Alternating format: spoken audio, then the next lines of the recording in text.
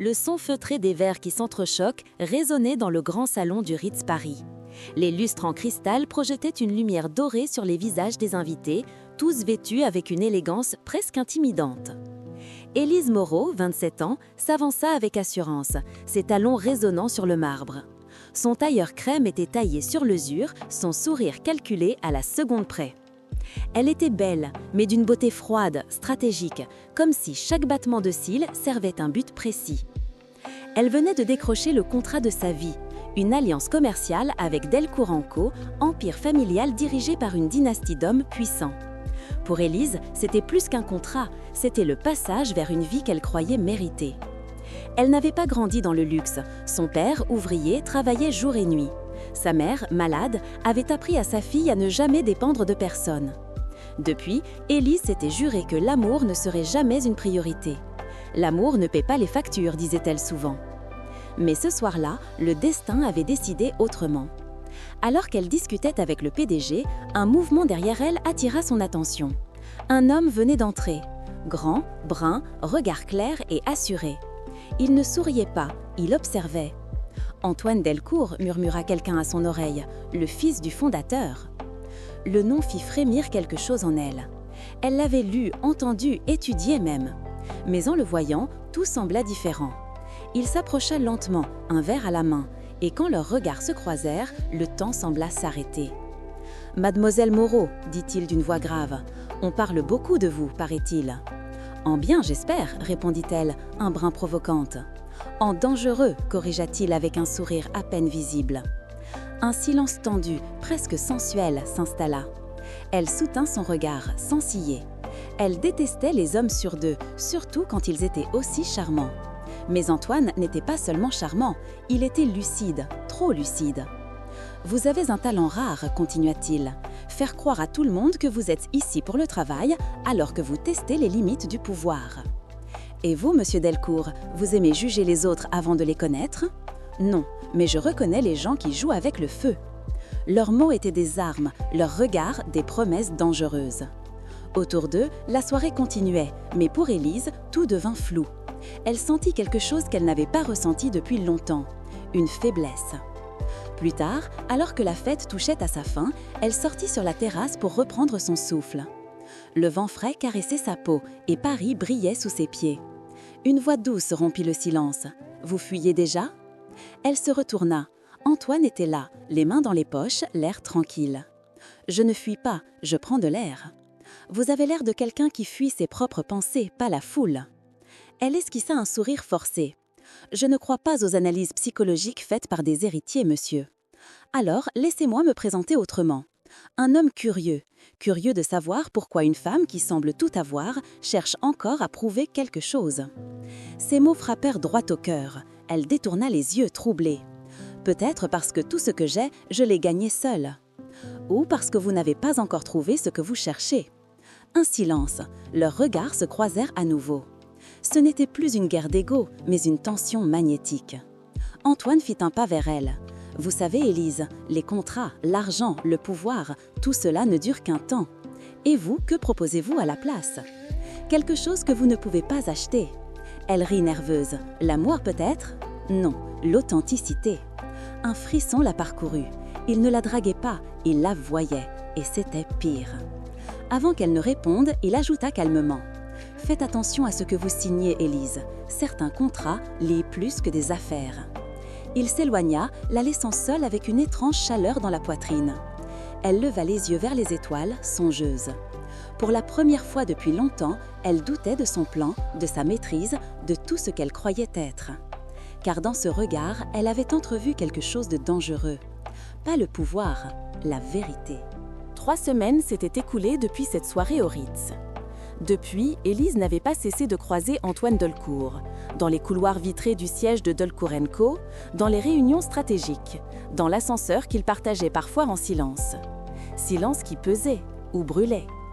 Elle était désormais consultante principale du projet Fusion, une alliance entre sa société et le groupe Delcourt.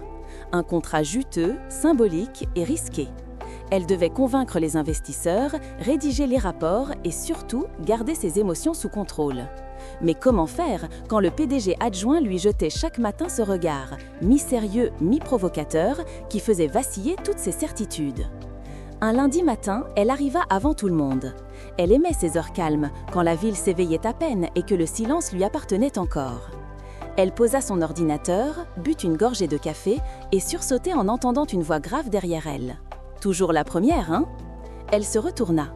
Antoine, sans cravate, chemise légèrement ouverte, semblait sorti tout droit d'une publicité pour le charme discret du pouvoir.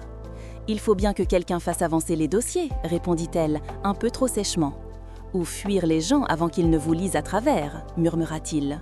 Elle soupira. « Vous êtes toujours aussi perspicace ou juste insupportable avant 8 heures. » « Les deux. » Il sourit, s'approcha de son bureau et déposa un dossier sur la table. « Voilà le contrat révisé. On y a ajouté votre clause préférée, l'indépendance totale de consultant. Vous avez lu mes conditions ? 3 fois. Je voulais comprendre ce que vous essayez vraiment de protéger. » Elle le fixa, intriguée. « Et vous avez compris ? Oui, vous essayez de protéger votre cœur derrière des lignes juridiques. » Cette phrase la cloua sur place. Élise détourna le regard, fit semblant de se concentrer sur le papier. Mais son souffle s'était accéléré. « Vous interprétez trop, monsieur Dolcourt. »« Non, je regarde juste ce que vous ne voulez pas montrer. » Il quitta la pièce sans un mot de plus. Mais le silence qu'il laissait derrière lui pesait plus que n'importe quelle présence. Les jours suivants, les réunions s'enchaînèrent. Antoine et Élise se retrouvaient côte à côte, échangeant des idées, se défiant sur chaque phrase. Lui, calme, ironique, parfois charmeur. Elle, concentrée, glaciale en apparence, mais bouleversée à l'intérieur. Un soir, après une présentation épuisante, toute l'équipe quitta le bureau. Seuls restaient eux deux. La pluie battait les vitres et la lumière tamisée du bureau donnait à la pièce un air irréel. Élise rangeait ses papiers quand Antoine s'approcha. « Vous avez été brillante, dit-il doucement. C'est mon travail. Non, c'est plus que ça. Vous avez cette façon de captiver les gens, de les convaincre sans même lever la voix. C'est fascinant. » Elle sentit sa gorge se serrer. « Faites attention à ce que vous dites, Antoine. Les compléments peuvent coûter cher. Et les silences encore plus. » Un pas, puis 2. Il était tout près. L'air sembla se charger d'électricité. Elle recula légèrement, mais il s'arrêta à une distance respectueuse. « Vous me fuyez ?» demanda-t-il doucement. « Je me protège. De moi ? De ce que je pourrais ressentir. » Un éclat passa dans ses yeux, à mi-chemin entre la surprise et la tendresse. « Vous croyez que je ne ressens rien, moi ?» Elle resta muette. Leurs regards se croisèrent, longs, brûlants. La pluie dehors redoublait, comme un écho de leur tension.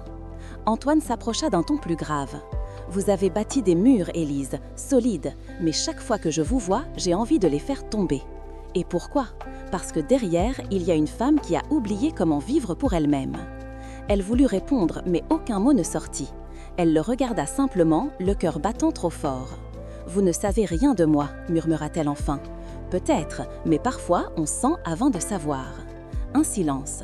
Puis il ajouta. « Je ne vous demande rien, Élise, pas maintenant. Mais un jour, vous devrez choisir, la peur ou le cœur. » Il sortit du bureau, la laissant tremblante, le souffle court, incapable de comprendre comment cet homme arrivait à la désarmer si facilement. Cette nuit-là, Élise ne dormit pas. Elle se tourna 1000 fois dans son lit, revoyant son regard, ses mots, son ton. Elle savait qu'elle jouait avec le feu, mais elle se surprit à attendre le lendemain, juste pour le revoir. Le matin venu, elle entra dans l'immeuble. Dans l'ascenseur, il était là, debout, les bras croisés. « Bonjour », dit-il calmement. « Bonjour ». Le silence était lourd, presque étouffant. Puis, au moment où les portes s'ouvrirent, il se pencha légèrement et murmura à son oreille. « Vous voyez, vous tremblez déjà. » Les portes se refermèrent et Élise resta immobile, le cœur battant à tout rompre. Ce jour-là, elle comprit une chose. Ce n'était pas seulement un contrat professionnel. C'était le début d'une bataille intérieure entre tout ce qu'elle croyait vouloir et tout ce qu'elle commençait à désirer.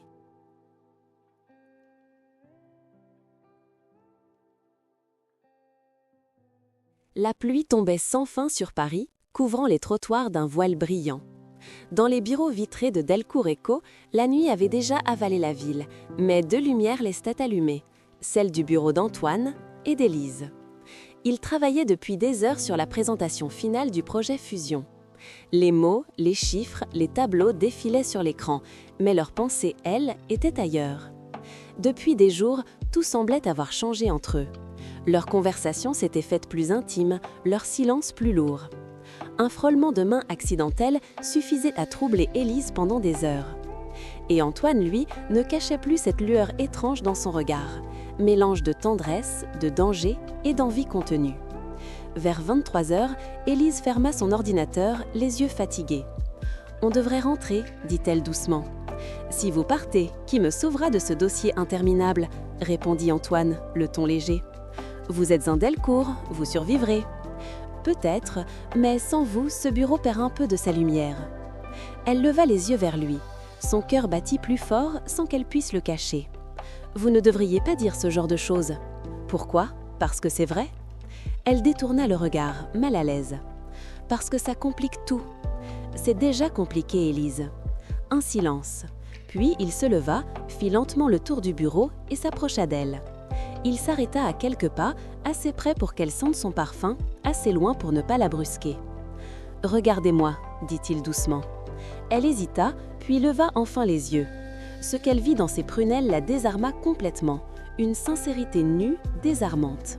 « Vous ne comprenez pas, murmura-t-elle. Si je cède, je perds tout. » « Non, dit-il en secouant la tête. Si vous résistez à ce que vous ressentez, c'est vous que vous perdez. » Ces mots résonnaient en elle comme une vérité interdite. Elle recula d'un pas, bouleversée. « Antoine, ce que vous essayez de provoquer n'a pas de place ici. Je travaille pour votre famille. Votre père me fait confiance.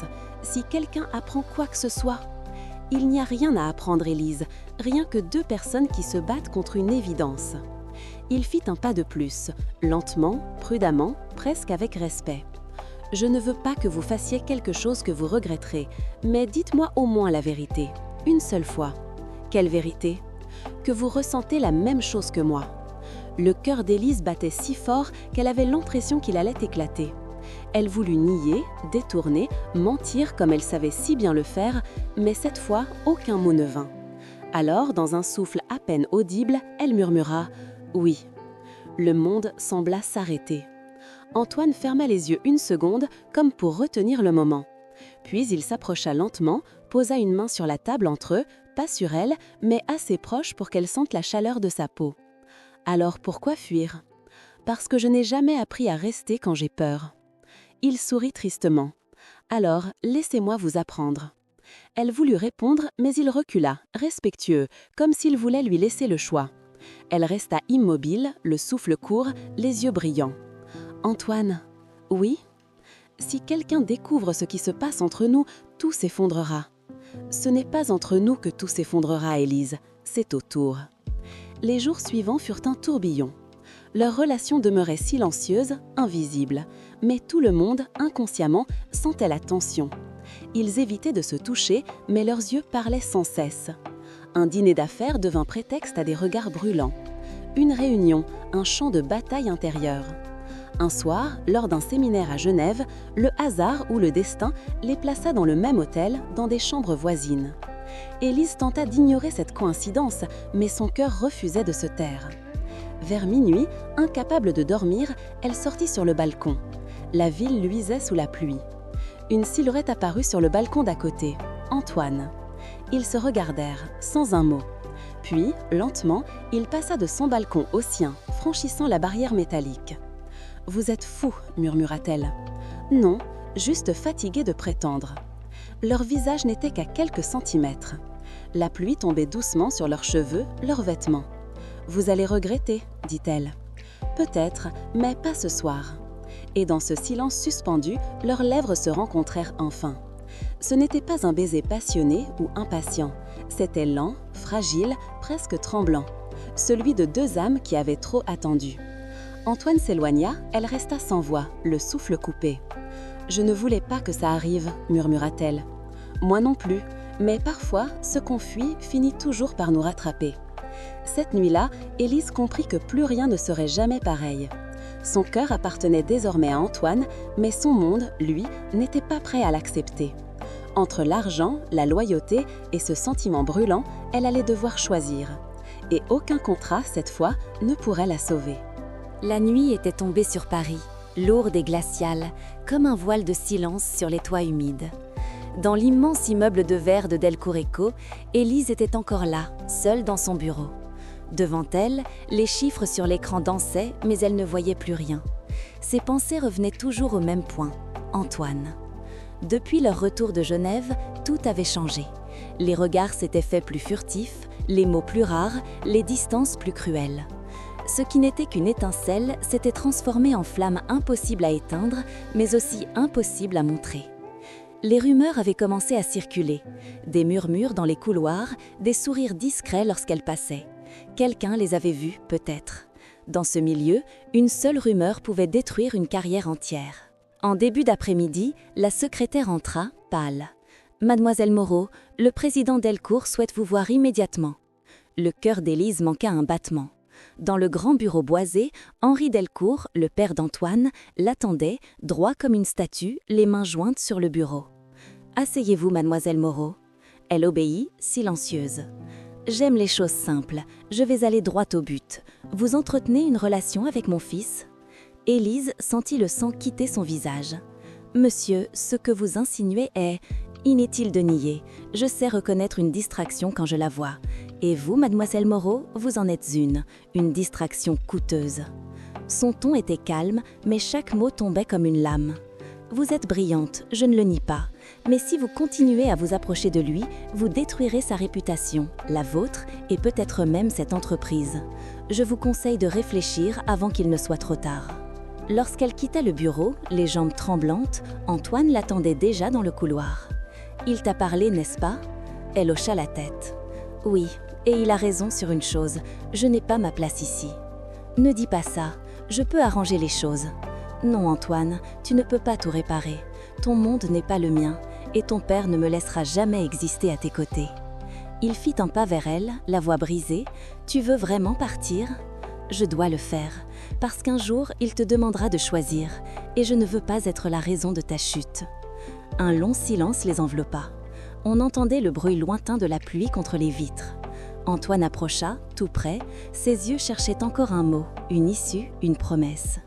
« Dis-moi de t'arrêter, Élise, dis-le et je le ferai. » Elle baissa les yeux, un sourire triste sur les lèvres. « Je ne veux pas que tu me sauves, Antoine, je veux que tu vives sans regret. » Puis elle tourna le dos. En sortant de l'immeuble, la pluie tombait fort, mais elle ne sortit pas son parapluie. Elle voulait sentir le froid, la réalité. Derrière elle, une voix cria son nom. « Élise !» Il courait vers elle, trempé, essoufflé. « Dis-moi que tu veux rester et je t'empêcherai de partir. » Elle s'arrêta, leurs regards se croisèrent sous la pluie. « Je veux rester, mais je n'ai plus le droit. Qui t'en empêche ? Le monde, Antoine, le tien, pas le mien. » Il resta là, sans mots. Leurs visages n'étaient séparés que par quelques centimètres, mais un océan les éloignait.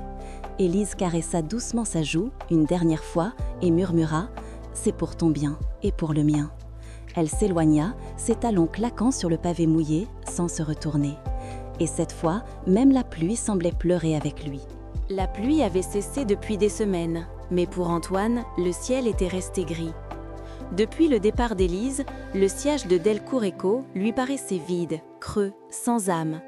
Les réunions s'enchaînaient, les chiffres grimpaient, les actionnaires souriaient, mais lui, il ne ressentait rien. Tout ce qu'il construisait semblait sans goût, sans couleur. Il avait essayé de la joindre, d'abord par message, puis par téléphone. Jamais de réponse. Il avait envoyé des fleurs à son ancien appartement, mais la concierge lui avait dit qu'elle était partie sans laisser d'adresse.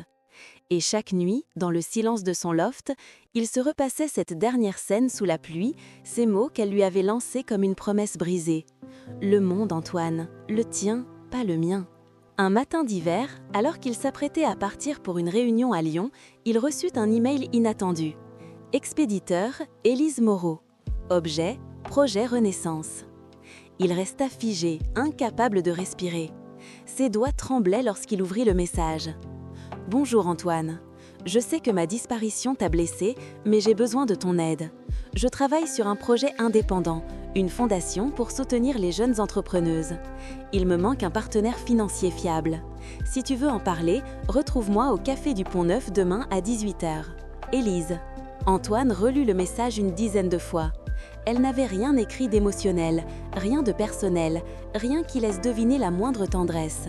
Et pourtant, il y avait quelque chose dans cette simplicité, un appel caché, un tremblement derrière les mots. Le lendemain, il arriva au café avant l'heure.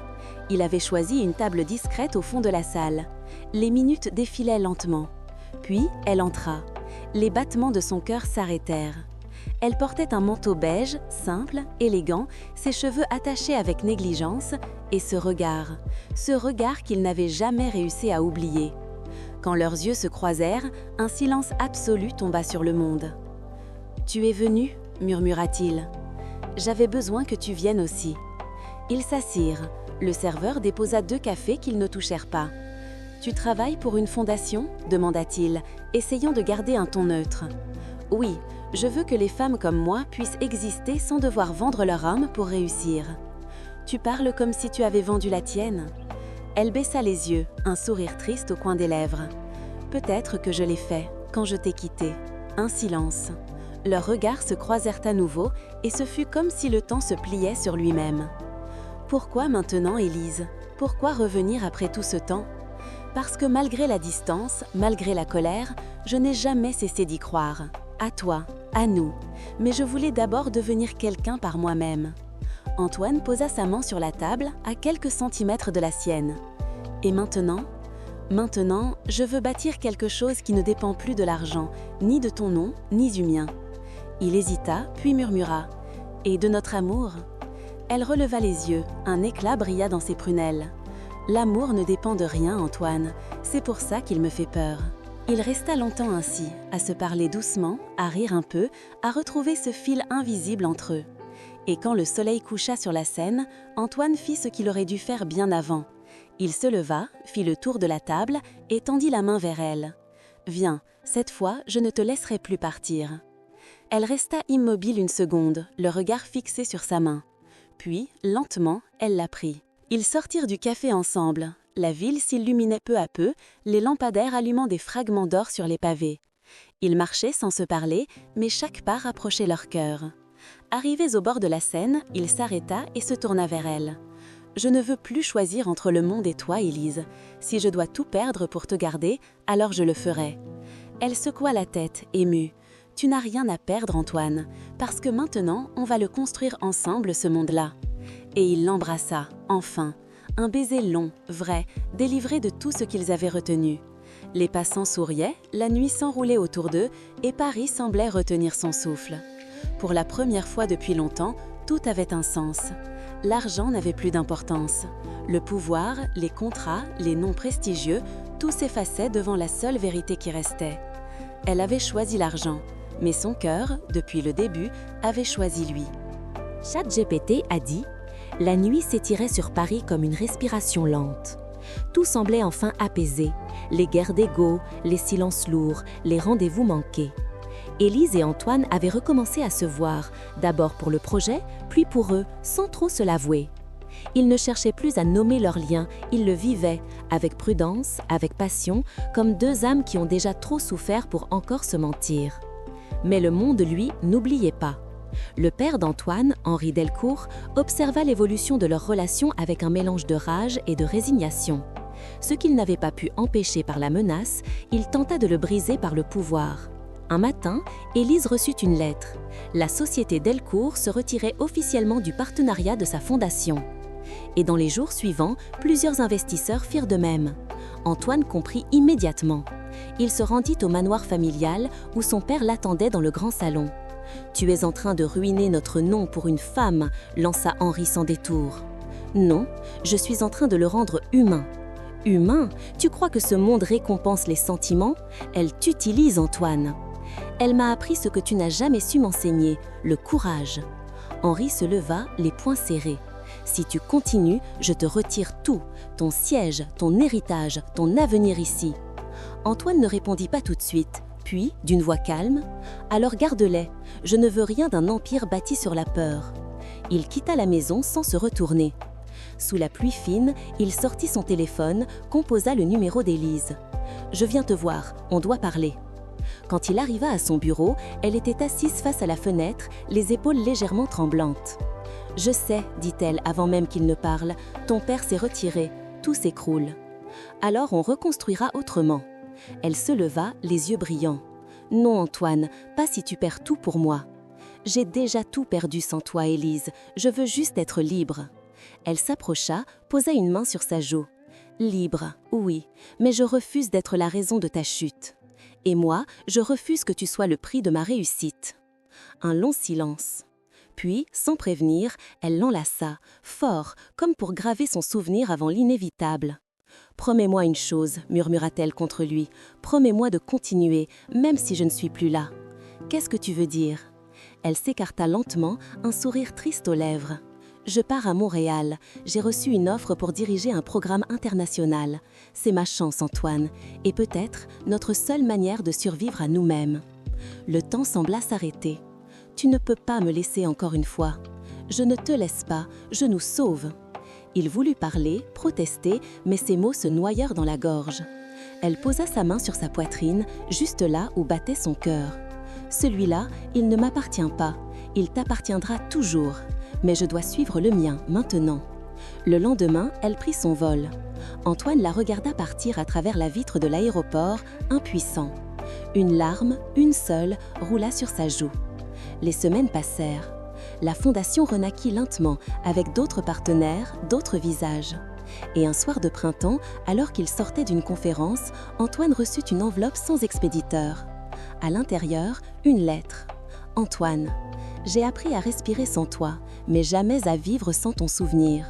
Montréal est beau, froid et vaste, mais chaque soir, je ferme les yeux et j'entends encore la pluie de Paris, celle qui nous a séparés, celle qui nous a réunis. Si un jour tu viens ici, cherche le Café du Port. J'y vais chaque dimanche à 18h avec 2 tasses de café, au cas où. Toujours, Élise. » Il sourit, et pour la première fois depuis longtemps, il sut ce qu'il devait faire. 6 mois plus tard, à Montréal, un café au bord du fleuve vibrait d'un murmure doux. La cloche tinta à 18h précises. Élise leva les yeux. Antoine était là, debout, un sourire silencieux aux lèvres. Elle n'eut pas besoin de parler. Il s'assit en face d'elle, prit sa main et dit seulement « Tu vois, le cœur choisit toujours son chemin. » Dehors, la neige commençait à tomber, légère, silencieuse, presque bénie. Et dans ce café au bout du monde, 2 âmes fatiguées retrouvèrent enfin leur paix. Elle avait choisi l'argent autrefois, mais l'amour, lui, n'avait jamais cessé de la choisir.